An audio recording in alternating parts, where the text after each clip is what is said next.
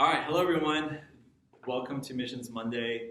We are joined by three of our junior SLT leaders, and we had some other middle schools here, but they had to go home. But today we are going to discuss why the gospel is most precious to us and how it was most precious to one of the missionaries to Korea. Her name was Ruby Kendrick. So before we get started, can we have you guys tell us your name, your grade, how you're serving at church, and what you consider most precious to you in this time. So Renee, we'll start with you. My name is Renee. I'm a rising ninth grader.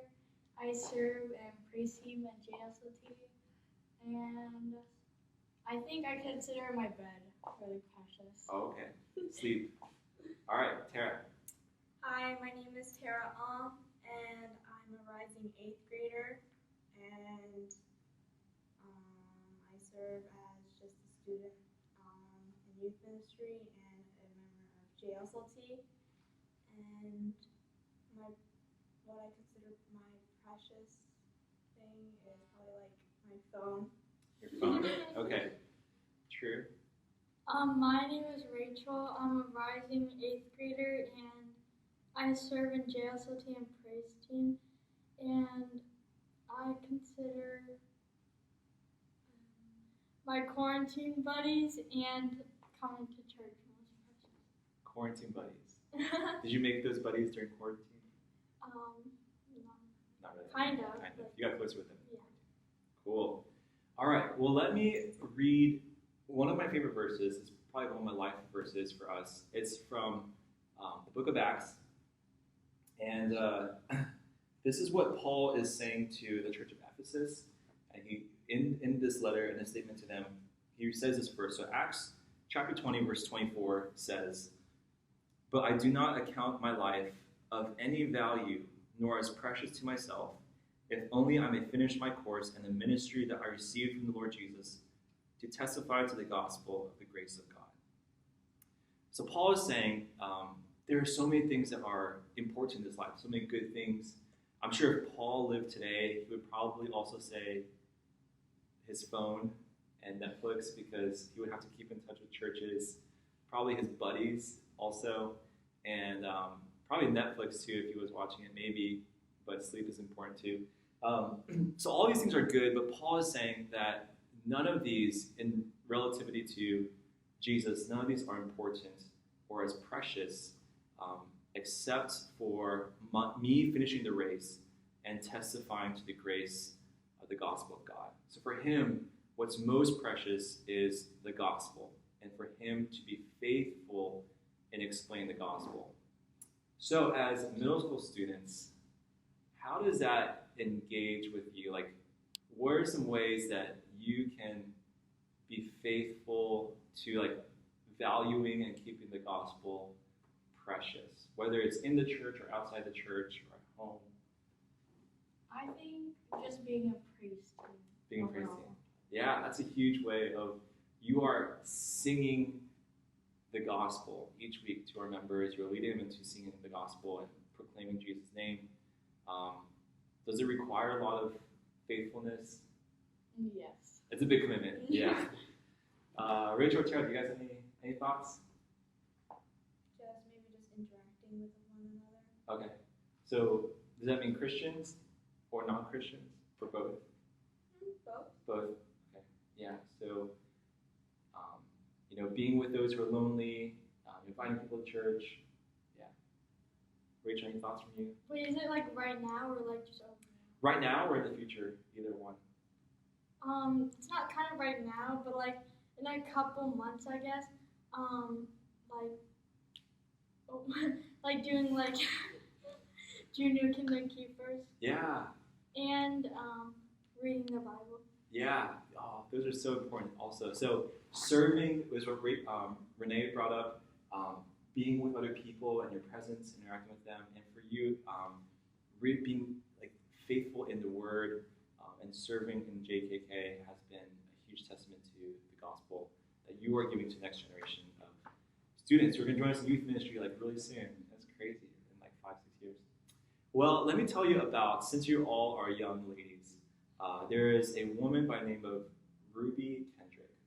And Ruby Kendrick grew up in Plano, Texas. When were you guys born? Like 06? 2007. 5, 7? 5 and 7? Okay. So, yeah, about 100 years ago, she was alive. And about 100 years ago, she was probably in her early 20s. Okay, so she was a college student.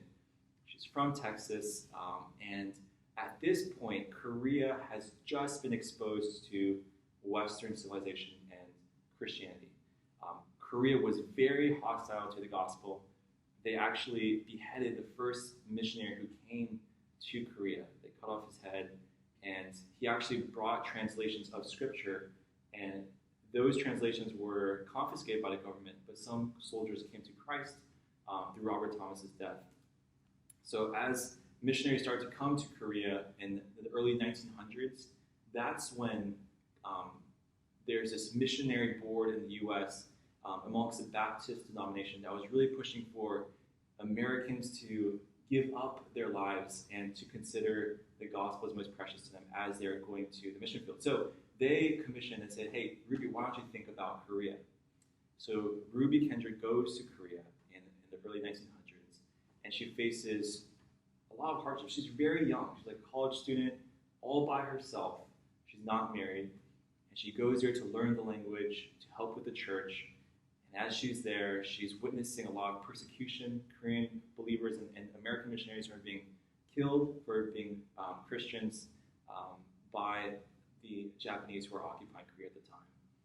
And so in this letter that she writes to her parents, it's her last letter, she writes to them these words, which I will read for us. Mom and Dad, this land of Korea is truly a beautiful land. They all resemble God, and I see their good heart and zeal for the gospel. And I believe that in a few years, it will be a land overflowing with the love of Christ. I saw children walking over 10 miles on barefoot to hear the gospel, and the love of God in them encourages me. But the persecution is getting stronger. 2 days ago, 3 or 4 of those who accepted Christ less than a week have been dragged away and were martyred. Missionaries Thomas and James were also martyred. There are orders from the mission board to return, but most missionaries are in hiding and worshiping with those whom they have shared the gospel with. It seems that they are all planning to be martyred. Tonight, I have a strong desire to return home. I remember you, Mom, who resisted to the last moment of me leaving the port because of the stories of the hate for foreigners and opposition to the gospel. Perhaps this may be the last letter I will be writing.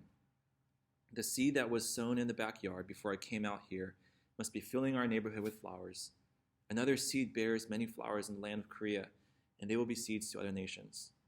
I will bury my heart in this land. I realize that this passion for Korea that I have is not mine, but God's passion towards Korea. Mom and Dad, I love you.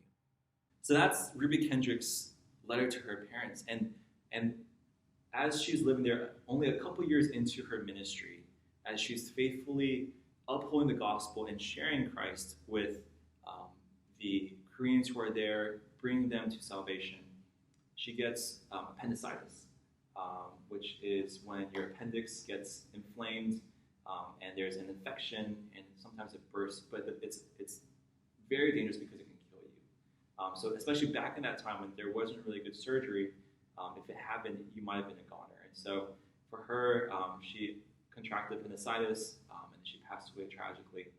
And she passed away and they buried her in this graveyard in South Korea called Yangwajin. And actually you can go to that graveyard today if you go to Korea, and you will see what's really sad is that there's so many missionaries who are buried there because they chose not to come back to the States for medical care or for treatment, but they chose to live out their lives there. And not only are the parents buried there, but their very young children at the ages of 6 months to 2 or 3 years old passed away from disease or persecution there. So Ruby was buried there, and on her gravestone was written, "If I had 1,000 lives, Korea should have them all." And it's because of women like Ruby Kendrick, who at the age of your age decided to commit their lives to Christ, that we are actually here today. We would not be here in America, we would not be here in the church if Ruby Kendrick had not come to Korea 100 years ago. So we are standing on the foundation of men and women who have given up their lives for Christ because they believe the exact words that Paul had said, that they account the gospel as most precious over their own health. And so I think my challenge for us, for you guys, for me, for our youth ministry, as we go into a time of reopening in a month, right? Do we consider the gospel as most precious to us?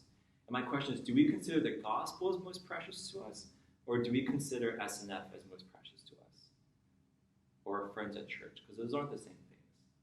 Sometimes we can elevate like even ministry or even like, playing games at SNF. Those are fun things. Those are great things. It's not bad.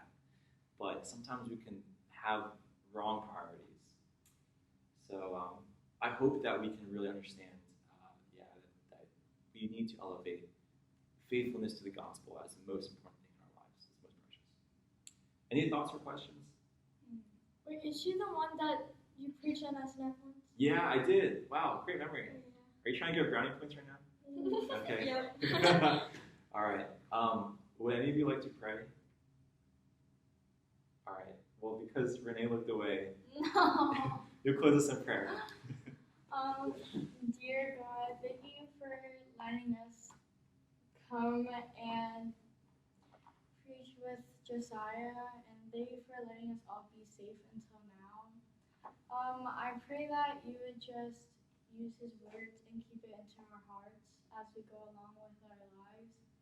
And thank you for letting Josiah be alive here today, and you say for amen. Amen. All right. Thanks, guys.